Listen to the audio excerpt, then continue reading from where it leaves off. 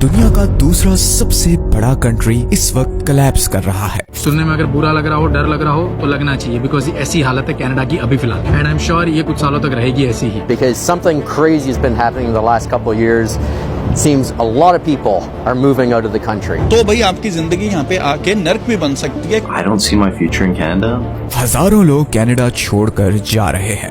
I don't understand anymore. Because I'm not enjoying it here. How the hell is anyone existing in Canada? Like I feel trapped. Inflation, महंगाई पिछले 40 सालों का record तोड़ चुकी है। And on top of this सिर्फ जुलाई के महीने में करीबन 7,000 लोग अनएम्प्लॉयड हो गए। कनाडा की सड़कों पर नशा खुले आम बिक रहा है। वायलेंस और क्राइम रेट पिछले 30 सालों में सबसे ज्यादा है और पिछले 2 सालों में तो ये बहुत ही तेजी से बढ़ा है। कनाडा में घर रेंट करना और खरीदना करीबन 70% पॉपुलेशन के लिए इम्पॉसिबल हो चुका है। पिछले 10 सालों में कनाडा में होमलेसनेस मतलब जिन लोगों के पास रहने को कोई घर नहीं, उनकी परसेंटेज ऑलमोस्ट डबल हो गई है। The second best country in the world, जिसकी इमिग्रेशन लेने के लिए हमारे लोग लाइंस में लगे हुए हैं, आज इस हाल में कैसे पहुंचा? इसका जवाब वो 4 रीजंस हैं जो हम आज सच ये है कि इस वीडियो में डिस्कस करने वाले हैं। तो वीडियो को ध्यान से एंड तक जरूर सुने। ये है कनाडा, अमेरिका के बिल्कुल ऊपर, एरिया के लिहाज से दुनिया का दूसरा सबसे बड़ा कंट्री। कनाडा के वेस्ट में पैसिफिक ओशन है, ईस्ट में अटलांटिक ओशन और नॉर्थ में आर्कटिक ओशन है। कनाडा और यूएस का बॉर्डर दुनिया का सबसे लंबा बॉर्डर है और इंटरेस्टिंगली कनाडा की 80% पॉपुलेशन इस बॉर्डर के 100 माइल्स के रेडियस के अंदर ही रहती है। इनफैक्ट 50% कैनेडियंस इस लाइन से नीचे इधर रहते हैं। कनाडा का ये एक province Ontario around 40% GDP contribute करता है। इस पॉपुलेशन पैटर्न की एक बहुत बड़ी वजह यह है कि कनाडा में बहुत सख्त सर्दी है और स्पेशली नॉर्दर्न साइड पर तो हर तरफ बर्फ है या फिर बहुत ही ज्यादा झीलें और दरिया हैं। हमारी पूरी जमीन की 50% फ्रेश वाटर लेक्स कनाडा में है। कनाडा नेचुरल रिसोर्सेज से माला माल है। कनाडा के पास दुनिया के चौथे सबसे बड़े ऑयल के रिजर्व्स हैं। इसके अलावा कनाडा में पोटैश, यूरेनियम, कोल, जियोथर्मल एनर्जी और नेचुरल गैस के भी बहुत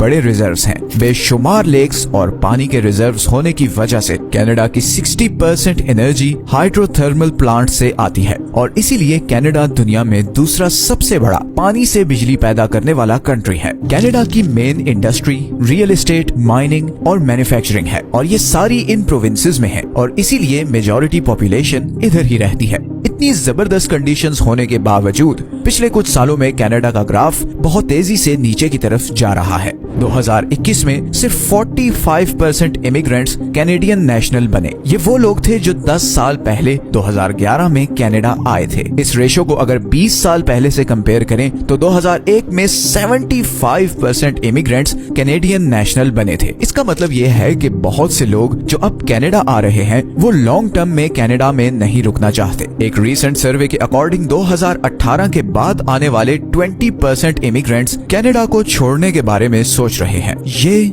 बहुत ही परेशानी वाली बात है, बिकॉज जब किसी भी कंट्री के इमिग्रेंट्स उसको छोड़कर जाने लगे या वो उसकी नेशनैलिटी लेने में इंटरेस्टेड ना हो तो ये बहुत ही डेंजरस साइन होता है। और इस क्राइसिस की सबसे पहली और सबसे बड़ी वजह है कॉस्ट ऑफ लिविंग। ये कलर्ड सर्कल आपको दिखा रहा है कि पिछले 10 सालों में कनाडा में घरों की प्राइसेस में कितना चेंज आया है। 2008 के बाद से हाउसिंग प्राइसेस ऑलमोस्ट डबल हो गई हैं। एक बहुत ही फेमस कैनेडियन व्लॉगर के अकॉर्डिंग कनाडा के शहर वाटरलू में 1 बेडरूम 1 बाथरूम अपार्टमेंट जो 2017 में $900 पर मंथ रेंट पर मिलता था, अब 2023 में उसका रेंट $2,000 है। मतलब 6 सालों में रेंट 120% ऊपर गया है। इसी तरह घर खरीदने के लिए 2015 में जो मॉर्गेज $1,400 पर मंथ था, अब वो अराउंड $3,500 पर मंथ हो गया है। मतलब कनाडा के बड़े शहरों में जहाँ पर ज्यादातर लोग रहते हैं, एक छोटा सा 1 बेड अपार्टमेंट का रेंट $2,000 है और अगर आप उसे खरीदना चाहते हैं तो उसका मॉर्गेज है $3,500 पर मंथ। ऐसी सिचुएशन में जबकि कनाडा में एवरेज मंथली सैलरी 4,000 से $6,000 पर मंथ के दरमियान है, फिर हाई टैक्स रेट और खाने पीने और ट्रैवल के खर्चे, आप इतना रेंट या मॉर्गेज कैसे अफोर्ड कर सकते हैं? और ये $6,000 $60,000 पर मंथ सैलरी भी थोड़ी upper range white collar jobs में है। कनाडा में एवरेज एनुअल सैलरी $60,000 है, मतलब $5,000 पर मंथ। इसीलिए एक रीसेंट सर्वे में ये फाइंडिंग सामने आई है कि 63% कैनेडियंस के पास अपना घर नहीं है और उन्होंने लिटरली इस आइडिया को भी गिव अप कर दिया है कि अब वो कभी अपना घर नहीं ले सकेंगे। और इसकी वजह ये है कि लेट्स से अगर आपकी एनुअल सैलरी $60,000 है तो आफ्टर टैक्स ये अराउंड $50,000 रह जाएगी। और अगर आप मेन सिटीज जैसे कि टोरंटो, वैंकूवर या वाटरलू में रहते हैं तो आराम से 20 से $25,000 का आपका एनुअल रेंट होगा। इसमें फिर लेट्स से $5,000 खाने का खर्चा जो कि मिनिमम है, फिर कार इंश्योरेंस, फिर मेडिकल इंश्योरेंस और फिर कभी कभार शॉपिंग, स्पेशली गर्म कपड़ों की, बिकॉज बहुत सख्त ठंड होती है कनाडा में। तो एंड में आपके पास इतने पैसे नहीं बचते हैं कि आप इन बड़े शहरों में कोई